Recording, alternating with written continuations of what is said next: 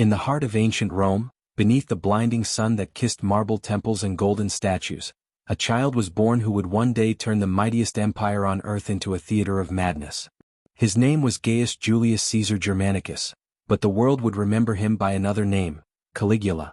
He was born into glory, surrounded by blood and legacy. His father, Germanicus, was Rome's shining hero, a general beloved by legions, adored by citizens and feared by enemies. The people worshipped him like a living god, and they believed his son would carry that same divine spark. When Germanicus marched with his army, little Gaius followed beside him, dressed in miniature armor, his tiny boots clicking like a soldier's. The soldiers, enchanted by the boy's charm, called him Caligula, Little Boots. But Rome, even in its splendor, was a city built on blood. Power and paranoia were its twin gods. When Caligula was just 6, his father died mysteriously, poisoned, many believed, by the Emperor Tiberius himself. From that moment, the golden world of the child shattered.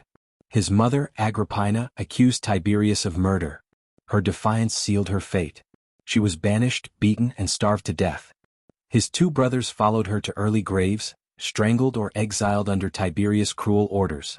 Caligula learned a brutal lesson early. In Rome, family was not protection, it was a curse. The boy who once laughed in his father's camp now grew silent, watching, remembering. The fire of vengeance flickered behind his young eyes. He knew that one day the empire that had taken everything from him would kneel before him, and when it did, he would show no mercy. Tiberius, the old emperor, perhaps sensing the shadow growing in his ward, took Caligula under his wing. But that wing was made of darkness. Capri, the island where Tiberius lived, was no paradise, it was a pit of sin and terror. Hidden behind marble walls, the emperor indulged in depravity beyond imagination, and the boy Caligula saw it all. Tortures, executions, orgies, men and women stripped of humanity in the name of pleasure and power. He did not flinch. He watched and learned. By the time Caligula turned 24, he had become an actor of perfection, charming, witty, almost divine in appearance. The people adored him as the grandson of Augustus, the heir of Germanicus, the golden child who would restore Rome's lost glory. When Tiberius finally died, many whispered that Caligula himself had hastened the emperor's end, suffocating the old man with his own hands. Whether truth or legend, the people didn't care. They celebrated. Rome erupted in cheers. After years of tyranny, they had found hope in the young prince who smiled like Apollo and spoke like Caesar. For the first months, Caligula was everything the empire had dreamed of. He ended political exiles, restored honor to families destroyed by Tiberius, built temples, held games, freed prisoners, and showered Rome with gifts. His generosity was boundless, his laughter infectious. Senators called him divine. The people called him the beloved of the gods. But beneath the golden crown, something monstrous was stirring. The scars of his past, the blood of his family, the island of Tiberius, the silence of his pain, all began to whisper in his mind. He had seen what power could do, and now he wanted to see what power could endure. Then came the illness. A sudden fever struck him, burning through his veins. 4 days he lay near death, delirious, hovering between life and oblivion. Rome mourned, the empire prayed.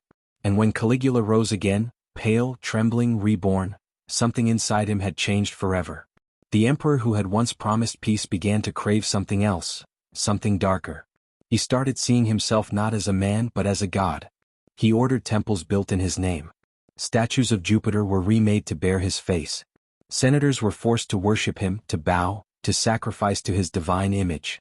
At night, he wandered the palace halls, speaking to unseen voices, laughing to himself.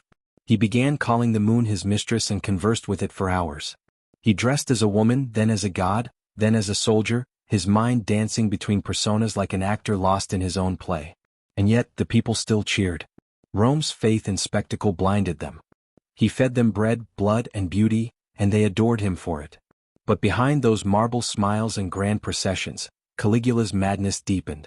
He began to see men as insects, women as toys, life itself as a stage meant for his amusement. And soon the empire would realize, the god they had created was hungry. Hungry for power. Hungry for control. Hungry for blood. The golden emperor was gone.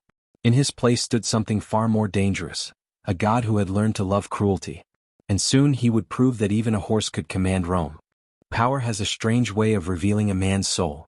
For Caligula, it didn't just reveal it, it devoured it.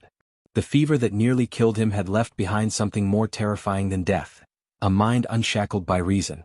When he returned to the throne, he wasn't the emperor the people had celebrated, he was something else entirely. Something divine, something untouchable, something that believed Rome existed for one purpose: his entertainment. The Senate gathered to welcome him back, dressed in white, ready to honor their godlike ruler. Caligula entered the hall in shimmering gold, his hair powdered, his eyes hollow yet burning. He looked at the senators, proud men of lineage and intellect, and he smiled. That smile became Rome's nightmare. He stood before them and declared that he was not merely emperor but a living god. Jupiter's equal. Neptune's brother. Mars reborn. The senators laughed nervously, unsure if it was jest or decree. Caligula's laughter followed, a sound that chilled every man present. Soon temples were built in his name. Statues of gods were decapitated so their heads could be replaced with his own. When the Jews of Judea refused to worship him, he ordered his statue to be placed inside their temple, a desecration that could have sparked rebellion across the empire. At first the people were amused, then confused, then afraid, because Caligula's divinity demanded sacrifice, and not always of animals. He began holding feasts that made even Rome's most decadent elites tremble. Mountains of food, rivers of wine, dancers bathed in gold dust. But the real spectacle was not the feast, it was the fear. Guests never knew if they would leave alive. He would smile at a senator, praise his loyalty, and moments later order his execution, sometimes for amusement, sometimes for silence. There was one night when he invited a group of nobles to dine with him. Between laughter and music, he suddenly burst into a manic fit. "Do you know," he said, "that I could order all your throats cut, right now?" The room froze. No one dared breathe. Then he laughed again, a soft, chilling laugh, and returned to his wine. That night he spared them. But none of them ever slept again without fear. He spent fortunes on absurd spectacles, naval battles staged on artificial lakes, gladiators slaughtered for sport, entire fleets built to float over the sea as he pretended to conquer Neptune himself. And then came his horse, Incitatus. Caligula adored this creature more than most men adore their families. The horse had its own marble stable, an ivory manger, purple blankets embroidered with gems. Servants fed it oats mixed with gold flakes. And then, in a decision that would echo through history, Caligula announced that Incitatus would become a senator of Rome. The Senate was forced to applaud. They bowed to a horse, a symbol not just of his madness but of his absolute power, the power to humiliate an empire and have it cheer for him. He said, "If a horse can govern better than men, let Rome be ruled by hooves." At first the people laughed. But laughter faded into whispers. Whispers into terror. Caligula was unpredictable. One moment divine, the next demonic. He demanded the moon as his bride, spoke to statues, and declared that his sisters were goddesses. He slept with them publicly, proclaiming it as an act of divine unity. He executed those who questioned him, confiscated their estates, and turned their deaths into festivals. He bankrupted Rome's treasury on his own pleasures, then taxed marriages, lawsuits, even prostitution. Once he ordered his guards to collect seashells, calling them the spoils of war, after his mock invasion of Britain. Rome, once the master of the world, had become a circus, and Caligula, its cruel ringmaster. But behind the gold and grandeur, paranoia gnawed at him. He began seeing betrayal in every corner, treason in every smile. Senators trembled under his gaze, soldiers feared his rage, and even the gods seemed to mock him from above. He would stand atop the palace at night, staring into the dark horizon, shouting at Jupiter himself. "Strike me down if you dare," he screamed. Lightning flashed across the sky and he laughed. "You see," he cried to his guards, "even the gods fear me." Rome had never seen madness so complete.